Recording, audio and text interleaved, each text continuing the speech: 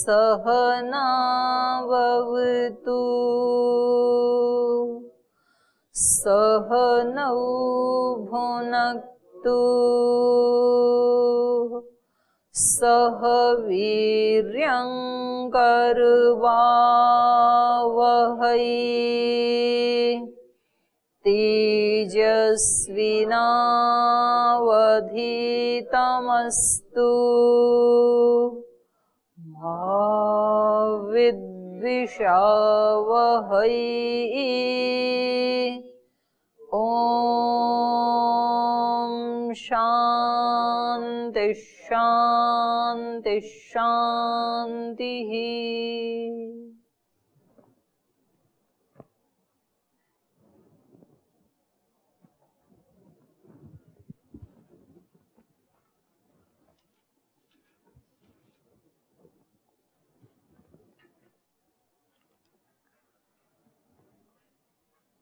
तो ये जो सांख्य कारिका है, ये गौड़पाद भाष्य सहित श्रीमद् ईश्वर कृष्ण इसके विरचयिता हैं, उन्होंने इसका प्रणयन किया है।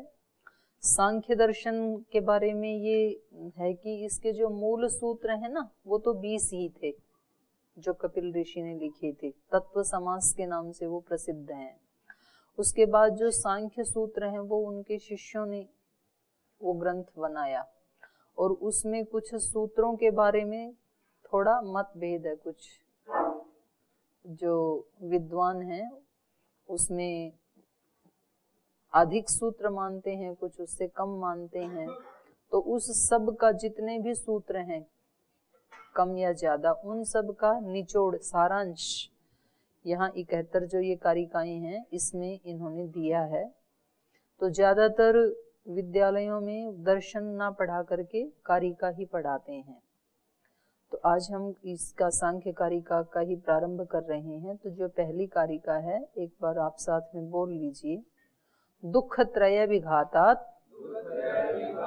जिज्ञासा तदविघातके हेतौ दृष्टे सा पार्था चेत नैकांत नैकांतत्यंततो भावात्। तो ये कह रहे हैं दुख त्रय अभिघातात् जिज्ञासा। 3 प्रकार के दुख से प्राणी जो हैं वो दुखी हैं, तो उस अभिघात के कारण, उस पीड़ा के कारण जिज्ञासा उत्पन्न होती है। तद अभिघात के हेतु, तद अभिघात के हेतु माने उस दुख के विनाशक जो कारण है उसको जानने की जिज्ञासा होती है। तद अभिघात के हेतु, उसके अभिघातक हेतु में, उस दुख का नाश करने वाले हेतु में, हेतु मतलब कारण, उस दुख का नाश करने वाला कौन सा कारण है, उस कारण को जानने में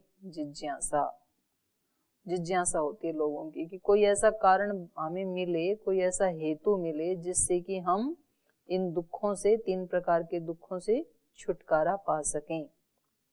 दृष्टे सा पार्था चेत ना, कह रहे हैं दृष्ट उपायों से वो दुख त्रय का हटाने योग्य उपाय माने तो कह रहे हैं न, ऐसा नहीं हो सकता है। दृष्ट उपायों से, दृष्टे सा अपार्था, सा का पीड़ा, वो पीड़ा यदि इन दृष्ट उपायों से अपार्थ, हटाने योग्य यदि हो, ऐसा यदि हम माने तो कि भाई हम दृष्ट उपाय करेंगे। जिज्ञासा ये है ना कि 3 प्रकार के दुखों को कैसे हटाएं, तो उसके अभिघातक हेतु में जिज्ञासा की जा रही है। तो कह रहे हैं कुछ उपाय देखे जाते हैं लोक में, अलग अलग पीड़ा को हटाने के लिए अलग अलग उपाय देखे जाते हैं। ऐसा यदि कोई व्यक्ति माने कि दृष्ट उपायों से उनको हटाया जा सकता है, ऐसा माने तो न, ये ठीक नहीं है। क्योंकि एकांत अत्यंततो अभावात्, क्योंकि उन पीड़ाओं का ऐकांतिक रूप से अत्यंत अभाव नहीं होता है। दृष्ट उपायों से दुख दूर तो जरूर होते हैं, लेकिन उन दुखों का अत्यंत अभाव नहीं होता है। तो ये तो थी कारिका। अब इसके ऊपर ये भाष्य लिख रहे हैं, श्री गौड़पादकृतम भाष्यम।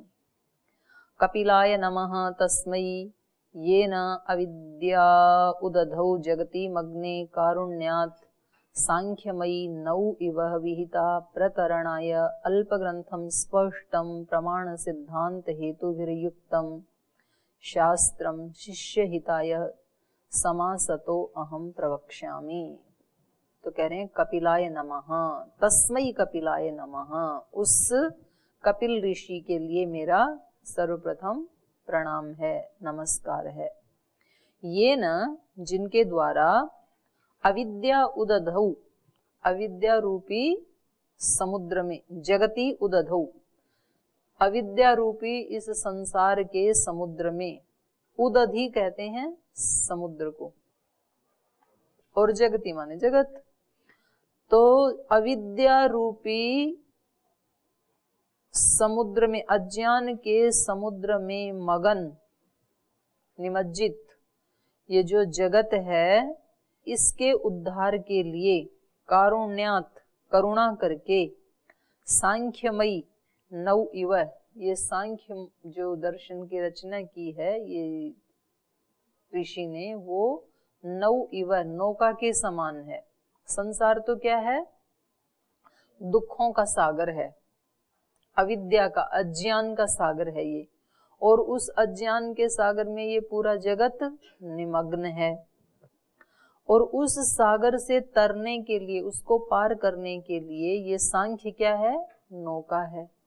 तो करुणा करके सांख्यमयी नौ इव विहिता प्रतरणाय, प्रतरणाय इस समुद्र को तरने के लिए, नौ इव नौका के समान, सांख्यमयी विहिता, ये सांख्यमयी विद्या उन्होंने रची है।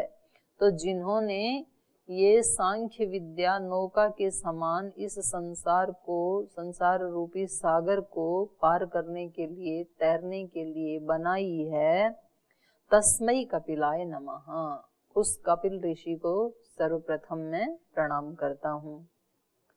अल्प ग्रंथम, यद्यपि ये छोटा सा ग्रंथ है मेरा, लेकिन स्पष्टम, बहुत स्पष्ट ग्रंथ है। प्रमाण सिद्धांत हेतुभिर युक्तम, प्रमाण सिद्धांत और हेतु आदि से ये युक्त है। यहाँ जो बताया है वो प्रमाण सिद्धांत और हेतु आदि से उसको प्रमाणित किया गया है। ऐसा ये जो शास्त्र है, शिष्य हिताय, तो ऐसे सांख्य दर्शन को पढ़ने वाले जो शिष्य हैं उनके हित के लिए, समासतो हम प्रवक्ष्यामि, संपूर्ण रूप से अब मैं इस भाष्य में उसको बताऊंगा। जो कपिल ऋषि का इस संसार सागर को तरने के लिए, सब दुखों के नाश के लिए जो उन्होंने सांख्यमयी विद्या बनाई, नौका का प्रतिरूप, उसको मैं यहाँ पर संपूर्ण रूप से कहूंगा इन कारिकाओं में। जी, संक्षेप करके मैंने क्या बोला? हाँ, संपूर्ण को, लेकिन संक्षेप करके, उसमें छूटेगा कुछ भी नहीं, लेकिन उसका कंक्लूजन करके, सार रूप में उसको इकट्ठा करके। समासत होता है इकट्ठा करना, तो उस विद्या को जो बहुत ऐसे उसका विस्तार है, उसको मैं इकट्ठा करके, माने सारांश में बताऊंगा, लेकिन संपूर्ण रूप से बताऊंगा। दुख त्रय इति, दुख 3 प्रकार के हैं। अस्या आर्याया उपोद्धातः क्रियते, तो ये जो ऊपर जो कारिका है, आर्या मतलब कारिका, तो अस्या आर्याया उपोद्घातः क्रियते, इह भगवान ब्रह्मसुतः कपिलो नाम। तो यहाँ पर उसका, इस कारिका के माध्यम से उनका वर्णन किया गया है 3 प्रकार के दुखों का। यह भगवान ब्रह्मसुत कपिलो नाम है। यहाँ पर ये जो कपिल ऋषि हैं ये ब्रह्मा के सुत माने जाते हैं। तो ये तो ब्रह्मा के पुत्र बता रहे हैं, तो कहीं तो मैंने पढ़ा था किसके पुत्र थे ये?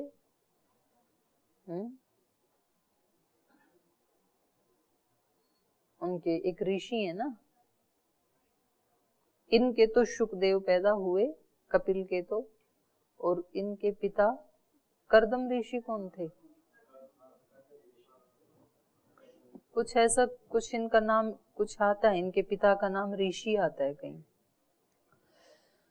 तो ये कह रहे हैं, यह भगवान ब्रह्मसुत कपिलो नाम, ब्रह्मा के पुत्र हैं ये कपिल ऋषि।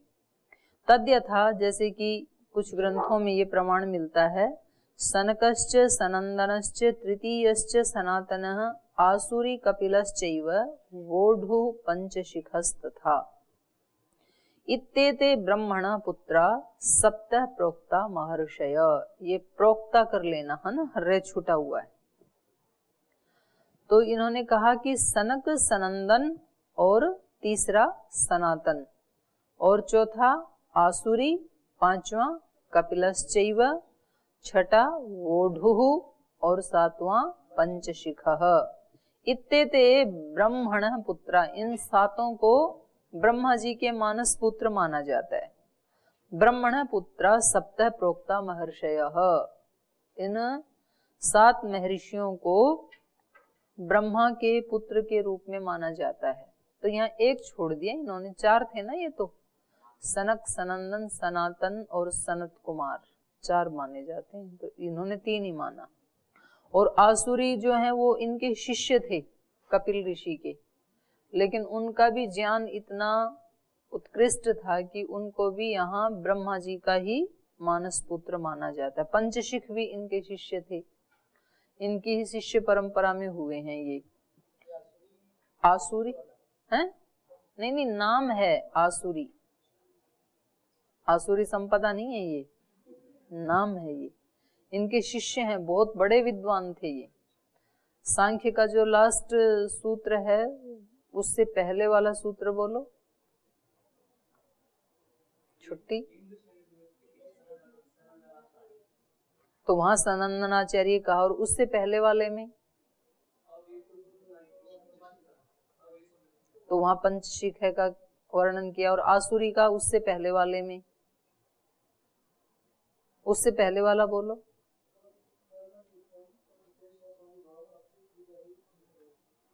नहीं, आसुरी का नाम आया इसमें। चलो, तो ये इन्हीं के ही शिष्य हैं, आसुरी भी, पंचशिख भी, सनंदन भी, ये सब कपिल ऋषि की शिष्य परंपरा थी। पर ये इतने विद्वान हुए इस विद्या में, मतलब उस ऋषित्व को प्रामाणिकता से इन्होंने जिया कि ये भी ब्रह्मा के ही मानस पुत्र माने जाते हैं ये 7। कपिलस्य सह उत्पन्नानि धर्मः ज्ञानम वैराग्यम ऐश्वर्यम च। तो कह रहे हैं धर्म, ज्ञान, वैराग्य और ऐश्वर्य ये कपिल ऋषि के साथ ही उत्पन्न हुए। अर्थात वो पैदा होते ही कैसे थे? धार्मिक थे, ज्ञानवान थे, वैराग्यवान थे और आध्यात्मिक ऐश्वर्य से संपन्न थे। इसलिए सिद्धानाम कपिलो मुनि, ऐसे आया ना गीता में, सिद्धों में मैं कौन हूँ? कपिल ऋषि। क्योंकि ये जन्म से ही सिद्ध थे, कुछ तो साधना करके सिद्ध बनते हैं, और इनको ये चीजें जन्म के साथ ही मिली। तो कपिलस्य सह उत्पन्नानि धर्मः ज्ञानम वैराग्यम ऐश्वर्यम च एवं सह उत्पन्नः सन्नन्धे तमसी मज्जगद आलोक्य संसार पारंपर्येण सत्कारुण्यो जिज्ञासमानाय आसुरी गोत्राय ब्राह्मणाय इदं 25 तत्वानां ज्ञानम उक्तवान यस्य ज्ञानात् दुःख क्षयो भवति। तो इस प्रकार से एवं सह उत्पन्नः सनंधे तमसी, अंधकार और तमस से युक्त जो जगत है उसमें जगद आलोक्य, उस संसार के उसको प्रकाशित करके संसार पारंपर्येण सत्कारुण्यो जिज्ञासमानाय, तो सत और करुणा से युक्त होकर के जो जिज्ञासु लोग थे उनको इस संसार से पार उतारने के लिए आसुरी गोत्राय, आसुरी गोत्र में पैदा होने वाले ब्राह्मणाय, ब्राह्मणों के लिए इदम यह पंचविंशति तत्वानाम 25 तत्वों वाला ज्ञानम, ज्ञान को उक्तवान उन्होंने कहा। यस्य ज्ञानात्, जिनके ज्ञान से, जिन 25 तत्वों के ज्ञान से दुख क्षयो भवति, दुखों का नाश होता है। पंचविंशति तत्वज्ञो यत्र तत्राश्रमे वसेत् जटी मुंडी शिखी वापी मुच्यते नात्र संशयः। तो कह रहे हैं पंचविंशति तत्वज्ञ, इन 25 तत्वों को जो जानने वाला है, इनका जो तत्वज्ञ है, यत्र तत्र आश्रमे वसेत, वो किसी भी आश्रम में रहे। तो आश्रम का मतलब यहाँ पतंजलि ऐसे नहीं कि वो नीलकंठ में रहे या पतंजलि में रहे या किसी अन्य रहे। यहाँ आश्रम का मतलब चतुर्वर्णाश्रम। तो वो गृहस्थ आश्रम में रहे, ब्रह्मचर्य में रहे, वानप्रस्थ या सन्यास, किसी भी आश्रम में वो रहे। जटी मुंडी शिखी वापी, जटी होता है ब्रह्मचारी, जटाओं वाला, और मुंडी होता है, जटा कौन रखता है? वानप्रस्थी, और मुंडी होता है फिर ब्रह्मचारी, मुंडन है, शिखा ब्रह्मचारी, मुंड होता है सन्यासी। तो जटा वाला चाहे वानप्रस्थ में रहे, वो वानप्रस्थ आश्रम में रहे, चाहे वो सन्यास आश्रम में रहे, चाहे वो शिखा रखने वाला ब्रह्मचारी हो, किसी भी आश्रम में रहे, गृहस्थ का नहीं दिया इन्होंने, क्योंकि उसको टाइम ही नहीं लगेगा बेचारे को इनका तत्व ज्ञान करने का है। वापी तो इन तीनों के लिए बोला, लेकिन ऊपर कह दिया ना जो यत्र तत्र आश्रमे, जटी मुंडी शिखी वापी, चाहे वो कोई भी हो, तो वो मुच्यते, वो दुखों से छूटेगा ही, नात्र संशय, संशय नहीं है। इनका तत्व ज्ञान हो जाए तो, इनका तत्व ज्ञान हो जाए, इसका क्या अभिप्राय है? 24 तत्व हैं वो तो प्रकृति का विस्तार है, और 25वां जो है वो चेतन है। तो जड़ और चेतन दो ही तो जानना है। तो जड़ को जान लिया तो उसमें फिर जड़ को जानने से हमारे शरीर को हमने जान लिया, मन को जान लिया, इंद्रियों को जान लिया, बुद्धि को जान लिया, इनका तत्व ज्ञान हो गया।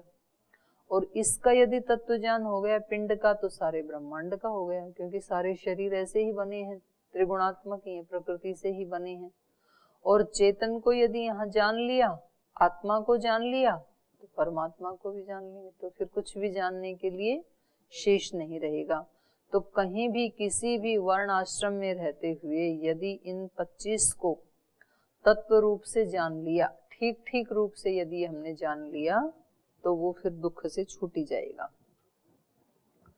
तद इदम आहुः दुख त्रय विघातात् जिज्ञासा इति। तो इसलिए कह रहे कारिका में कहा कि दुख त्रय विघातात्, 3 प्रकार के दुखों से तड़फ रहे हैं सब पीड़ा से, इसलिए उनसे मुक्ति पाने के लिए जिज्ञासा इति, व्यक्तियों की जिज्ञासा होती है, उससे छूटना चाहते हैं। तत्र दुःखत्रयम्, 3 प्रकार के दुख हैं, आध्यात्मिकम, आधिभौतिकम, आधिदैविकम च। तत्र आध्यात्मिकम द्विविधम, आध्यात्मिक दुख हैं वो 2 प्रकार के हैं, शारीरम मानसम चैति, शरीर से होने वाले और मन से होने वाले, इसी को क्या कहते हैं? आध्यात्मिक दुख। और लगभग 99% दुख इन्हीं में ही आ जाते हैं, बाकी तो बहुत थोड़े होते हैं। और इसको थोड़ा सा खोल के बता रहे हैं ये। शारीरम, शरीर में होने वाले जो दुख हैं, वात पित्त श्लेष्म विपर्यय कृतम, ज्वर अतिसार आदि। तो कह रहे हैं वात पित्त कफ के विपर्य से उत्पन्न होने वाले, विपर्यय कृतम माने उनके असंतुलन से, वात पित्त कफ में से कोई एक भी बढ़ जाए या एक कम हो जाए तो उसके असंतुलन से ज्वर अतिसार आदि, तो बुखार दस्त आदि, उल्टी आदि, ये सब जो शरीर में होने वाले रोग हैं, तो ये भी आध्यात्मिक हैं। मानसम च, और मानस रोग कौन से हैं? प्रिय, वियोग, अप्रिय, संयोग आदि। जो प्रिय है वो हट जाता है हमारे से, हमारे पास रहता नहीं है। अप्रिय है वो, उसका संयोग होता है, वो सामने आता है, तो इससे मन को कष्ट होता है। जिन चीजों को नहीं चाहते हैं वो जरूर मिलती हैं, जिसको चाहते हैं वो पास में रहती नहीं है। जिन व्यक्तियों को चाहते हैं वो पास में रहते नहीं, जिनको देखना नहीं चाहते हैं उनको रोज देखना पड़ता है, उनके साथ रहना पड़ता है। तो ये सारे मानस रोग पैदा करने वाले होते हैं। मन के रोग तभी उत्पन्न होते हैं जब प्रिय का वियोग हो जाता है और अप्रिय का संयोग हो जाता है। आदि भौतिक क्या है? आदि भौतिकम चतुर्विध भूत ग्राम निमित्तम, मनुष्य, पशु, मृग, पक्षी, सरीसृप, दंश, मशक, यूक और मत्कुण, मत्स्य, मकर, ग्राह, स्थावरेभ्यो जरायुज, अंडज, स्वेदज, उद्भिजेभ्यः सकाशाद उपजायते। आदि भौतिक भी 4 प्रकार के हैं। चतुर्विध भूत ग्रामम निमित्तम, 4 प्रकार के प्राणियों से मिलने वाले आदि भौतिक दुख हैं। तो यहाँ सारे भूतों को इन्होंने 4 कोटि में ले लिया। कौन कौन से? जरायुज, अंडज, स्वेदज, उद्भिज, ये 4 प्रकार के प्राणी हैं। जरायुज, जरायु से जेर से पैदा होने वाले। अंडज, अंडे से पैदा होने वाले। तो जरायुज में मनुष्य आ जाएंगे और पशु आ जाएंगे, और पशुओं में भी दोनों आ जाएंगे, पालतू पशु और मृग आदि पशु आ जाएंगे, तो जरायुज हो गई। अंडज में आ जाएंगे पक्षी और सरीसृप, छिपकली, सांप, ये सब बिच्छू आदि, ये भी उसी में आ जाएंगे, अंडज में ही। और स्वेदज से, पसीने से पैदा होने वाले जुम, अंडज से ये हो जाएंगे पक्षी, सरीसृप, दंश और मशक, मच्छर, यहाँ तक आ जाएंगे। सरीसृप, सरीसृप मतलब रेंग कर चलने वाले, सांप, छिपकली, नेवला, जो भी रेंग के चलते हैं वो सब सरीसृप। और दंश मतलब जो काटने वाले, डंक मारने वाले, बिच्छू है, ततैया है, ना जो नहीं है, जो वो डंक मारने, मधुमक्खी है। क्या मच्छर भी डंक मारता है क्या? ये वो डंक भी छोड़ता है?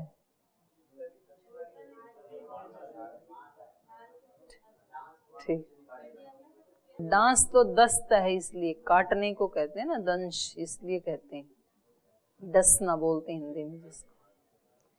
तो ये जरायुज, अंडज, श्वेदज, पसीने से पैदा होने वाले, ये हो गई यूक।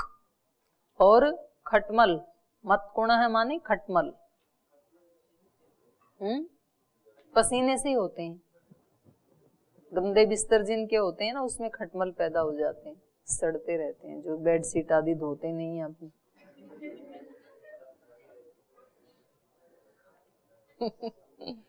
हाँ, तभी तो होते हैं। और ये हो गए फिर ये मत्स्य आदि क्या है? मत्स्य, मकर, ग्राह, ये भी किस में आ जाते हैं? पसीने से ही आते हैं ये भी।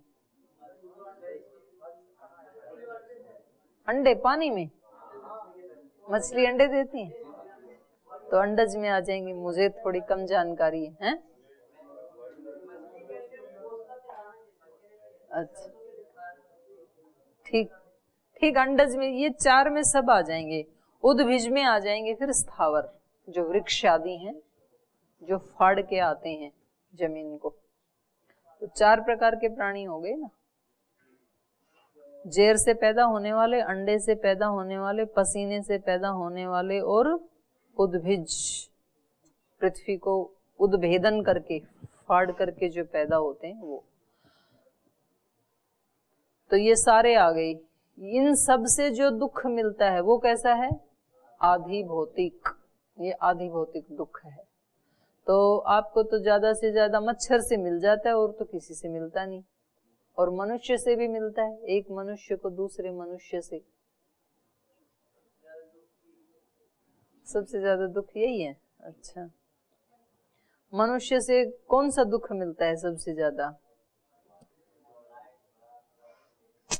मनुष्य से वो ही मिल सकता है जो कोई किसी को पिस्टल मार दे, कोई लाठी मार दे, कोई पत्थर मार दे, वो है। अब जैसे किसी ने कुछ बोल दिया और फिर आप दुखी हो रहे हैं, वो आध्यात्मिक दुख में आएगा, वो इसमें नहीं आएगा, आदि भौतिक में नहीं आएगा। आदि भौतिक में मतलब जो स्थूल प्रहार करता है ना, वो आएगा आदि भौतिक में ना, वो मानस में आएगा। शब्दों से जो बोलेंगे ना और उससे आप जो दुखी हो रहे हैं, वो मानस दुख है, वो उसके जिम्मेदार आप हैं। हाँ।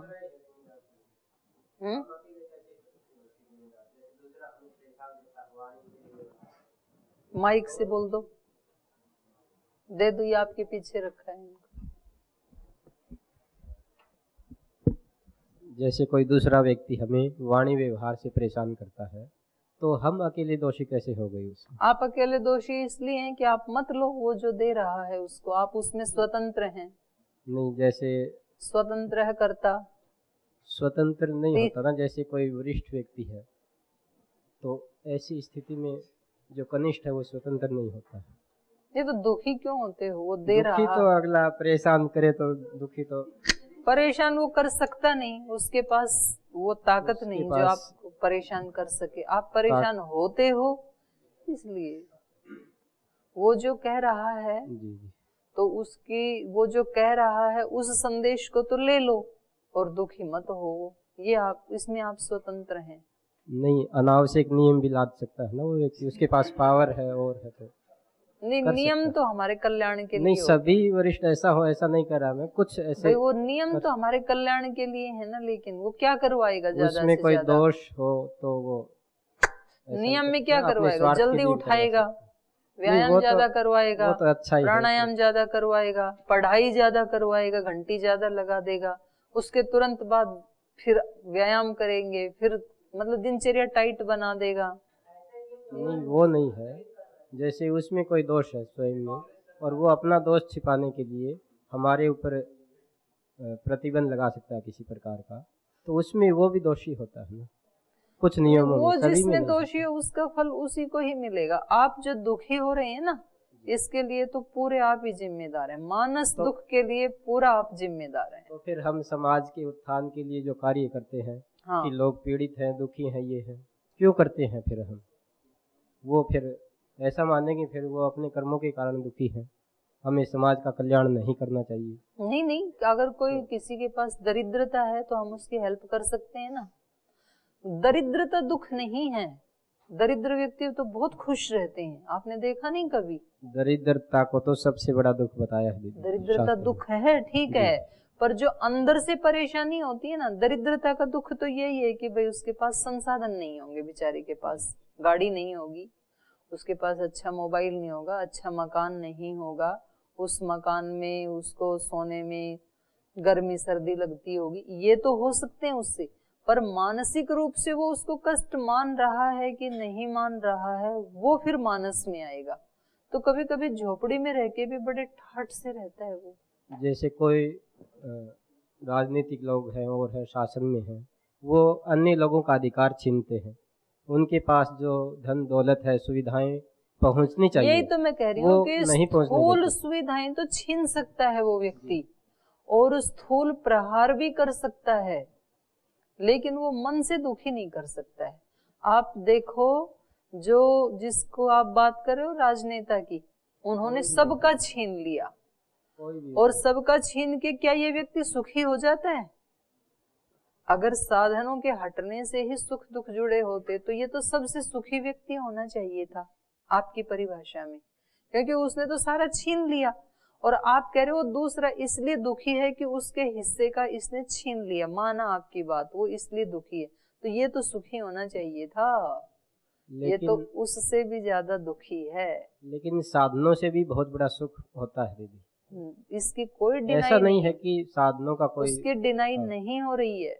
साधन आवश्यक हैं, जी लेकिन उनके प्रति जो सुख दुख है वो मानस है। उसके प्रति आप न्यूट्रल भी रह सकते हैं, दुखी भी हो सकते हैं, सुखी भी हो सकते हैं, ये आपके ऊपर, आपकी स्वतंत्रता है ये। जी। तो इस पे और कल चर्चा करेंगे, आज टाइम हो गया तो शेष चर्चा कल के लिए छोड़ देते हैं, यहीं पाठ को विराम देते हैं।